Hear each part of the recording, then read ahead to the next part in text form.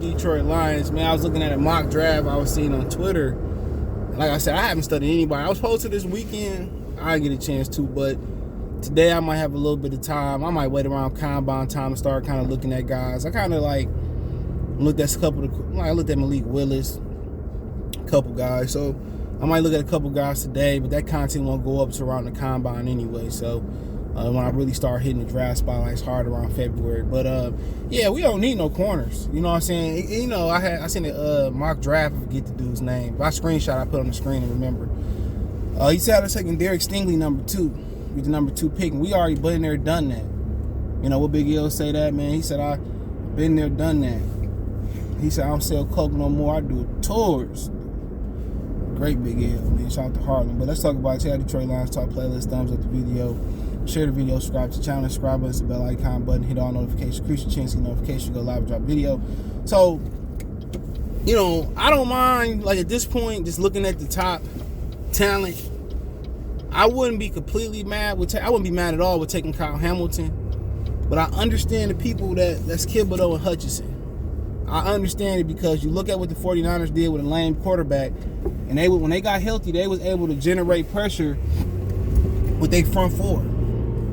Eric Armstead, Bosa, from some other guys, and hopefully bring back Charles Harris and Romeo, get back next year, and hopefully Julian get better. But, you know, like I said, I definitely understand getting a pass rusher. And the more homework I do, because I looked at Thibodeau and I seen Hudson every weekend. I don't really need to look much at Hudson other than the scout film. But I looked at Thibodeau and I like what I seen from him. You know, just kind of injury concerns with both of them kind of worry me a little bit, but like I said, there's injury concerns with Stingley. There's injury concerns with Hamilton too, a little bit with his leg. But yeah, you know, Thibodeau is a little bit more sexier because his get off and his burst. You know what I'm saying? He's a little bit more. I think a lot of people like looking at him a lot more because he got that burst to get off the line. Hutchinson, he kind of got a good, you know, the 40 won't be tell off for both of them. It'll really be that little shuttle was a 10, 15-yard shuttle. But, you know, Hutchinson, the way he bend and able to get off and get on the edge and get there. I know that the bowl game with Georgia didn't help Michigan, didn't help his case at all. But there's value there. It's a kid from Mississippi State. It's a kid from Florida State now. It's a kid from it's a few guys down there at the pass rush, and there's value there. So, like I said, I understand that. But cornerback, I mean, it's one of the positions of not need. You know what I'm saying? Because Amani Oruwariye, we'll figure out that. But if not, we did lose Price. But then you still got the kid from Arkansas. You got A.J. Parker. I always forget the kid from Arkansas name. I just can never remember his name. But y'all know what I'm talking about. So you got Jeff Okudah coming back, depending on what happened with Okudah. You know, you got Melifanu. Jesus, you got so many. I can't remember all these dudes' names. So you got Parker. You got the other kid. I never can remember his name. You got Elefanu coming back. So we don't know if Amani coming back, he gonna get tagged or whatever. But you got quite some options there, bro. Coming back next year, man. You know, so I'm pretty sure some guys I haven't been able to mention, but they're pretty good there. Even with the injury to Bobby Price, if you lose Amani Oruwariye, you probably. I'm not saying that. Let's say, you know, per se, Stingley fall to the. He falls, you know. I say, or you know, he fall to 32nd, and though that won't happen, he fall to 32nd, and like, you take him. if the position, you know, if you fall in position to get, and he the best talent on the board, and there's a nice size, a gap there, a little bit of gap there, you take him. You know, if you evaluate him and you think he gonna be big time, you take him. You gotta take him. So think about that for a minute. So, like I said, with a gap, but my thing is they can't afford to lose the safety guy, Amani Oruwariye, not Amani Oruwariye, but Tracy Walker, and just replace it with Daxton Hill or Kyle Hamilton. They have to find another safety to go with them, bro.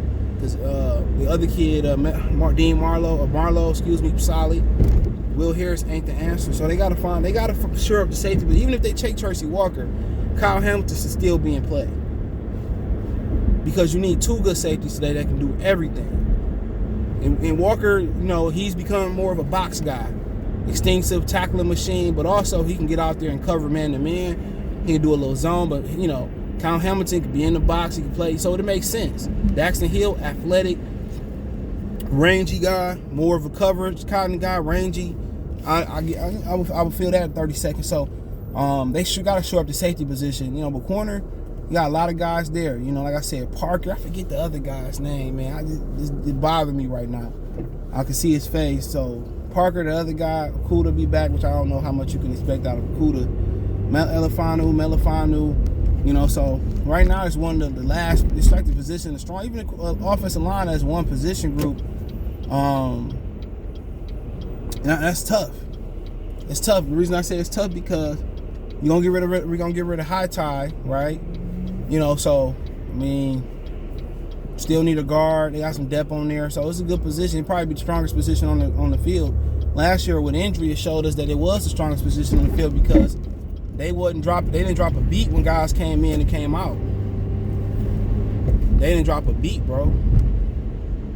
Evan Brown, whoever. So yeah, it's a good position, bro. So that might be the strongest position, but you can add to every position with the value of the pick, and really value kick in mid to late first round and back. That's when value started to kick in. So that's something that you got to kind of look at. But right now, cornerback, is one of the least of the worries. Some of the positions of worry is I think obviously you're looking at safety, you're looking at edge rusher, you're looking at safety, edge rusher, inside linebackers high on the priority list. Everybody named mama at this damn grocery store, man. This is my first official job up here at Kroger, really. I don't feel like walking far, but it is what it is. So yeah, you got some. I could have went through the back door. I don't know what I'm doing. Go through the back. But yeah, safety. Safety, inside linebacker, off the edge. They still can use a little bit of help at the defensive line position too.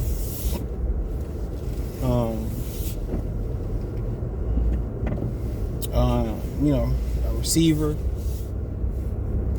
Other than that, man, tight end might be a position that need to get ready. Don't know what you're gonna do with Hockenson unless they pay him right away. So there's some needs, but cornerback, they pretty young. I really, corner. Everybody put some stock in corner. I guess because these dudes be playing and watching Madden and shit, man, and playing Madden. Corners, they important, but they not that important. What's the team name? I need to be taking a sweet ass time on it. The Eagles the other year, they didn't have a great. Their quarterbacks was beat up, so you need some good ones, but you ain't gotta have an all-pro. All they do is take away one side of the field or one guy. Yeah, it's Jerry Jacobs. I was about to forget his name that quick. Jerry Jacobs. So Jerry Jacobs, Jeff Okuda, Melifanu, and anybody else that I mentioned. If Rory walk away, they still be straight. It wouldn't be the strongest position. But, man, cornerbacks don't matter like that, bro. If I had to say the important positions, quarterback, inside linebacker. I'm going to get out of here. All these old people here today. Inside linebacker, edge rushers, interior. Man, it's down the list.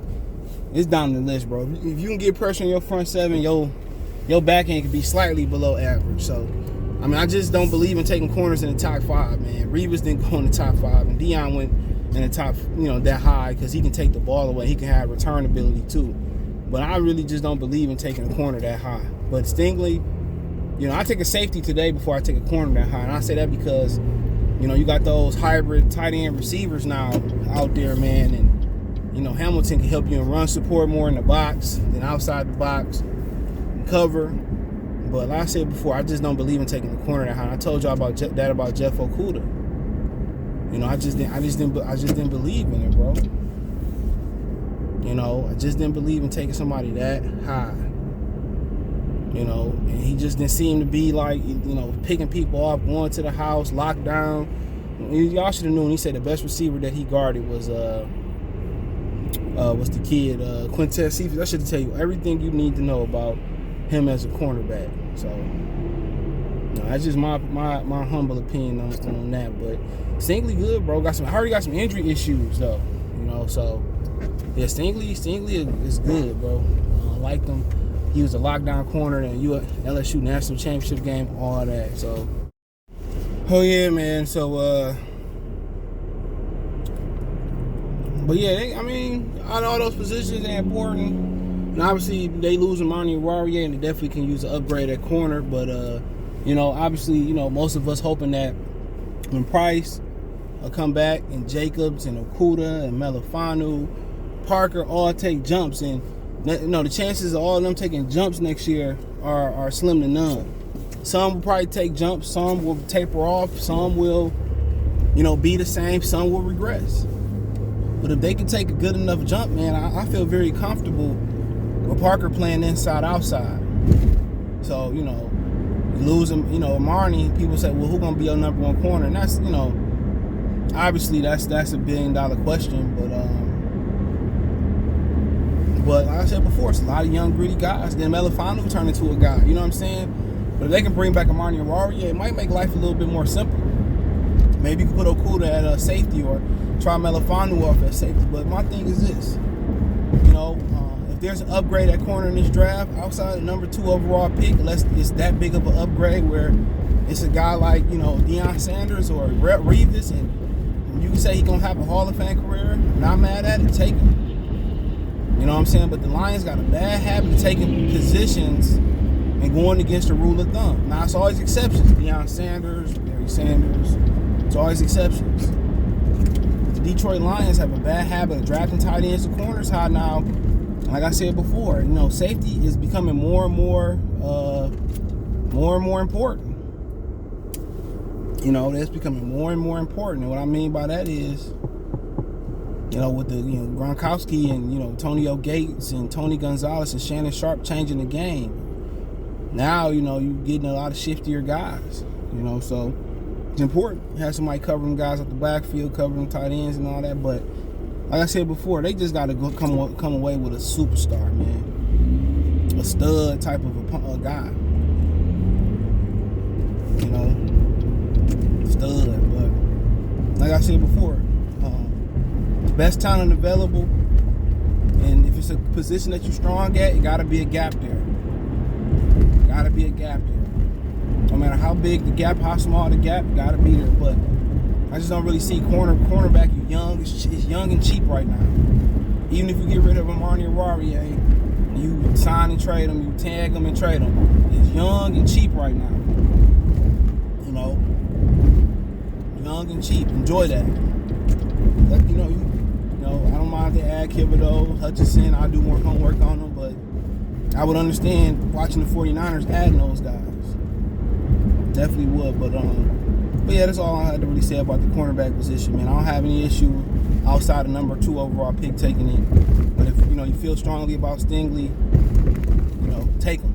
If you feel like he's the best player on the board, regardless of position, I think you got to take him. Straight up, that's what I believe on. That's what I believe in. If he by far and it's a gap, you gotta take him. We talked about Malik Willis and this, that, and the third. I like Malik. He said number 2 overall too high, but I did. Trubisky went number 2, top 5. You know what I'm saying? Blake Bortles went top 5. So quarterback's gonna rise. The thing is, can't throw him into the fire too early though. Take Willis. It's a lot of haters already. A lot of people say, well, you guys are just, saying that guys don't like him because he's black, and that's not. Yes, it is true. Yes, it definitely is true. I'm not saying I'm not trying to generalize, but it's a nice portion of the fans that don't want him because he's black. They can't tell you why. They can't tell, and it's a lot of black. I can't tell what y'all are sometimes with y'all avatars, so I'm not looking at these pictures, but it's a lot of fans that say, oh no, because the media say, oh, he not this, or the media say he wasn't this, but. That's all I had to say, man. But as long as the video, share the video, subscribe to the channel, that subscribe button, the bell icon button, hit all notifications, increase chance notifications when we go live, drop a video. Check out Detroit Lions South Palace, more videos like this. Financially, want to support the channel, Cash App, $, CJ Good 313, Venmo CJ Good 313, PayPal link in the description. Best way to donate. thumbs up, share, subscribe to the channel, comment, and all that stuff. Appreciate the love, support. Peace.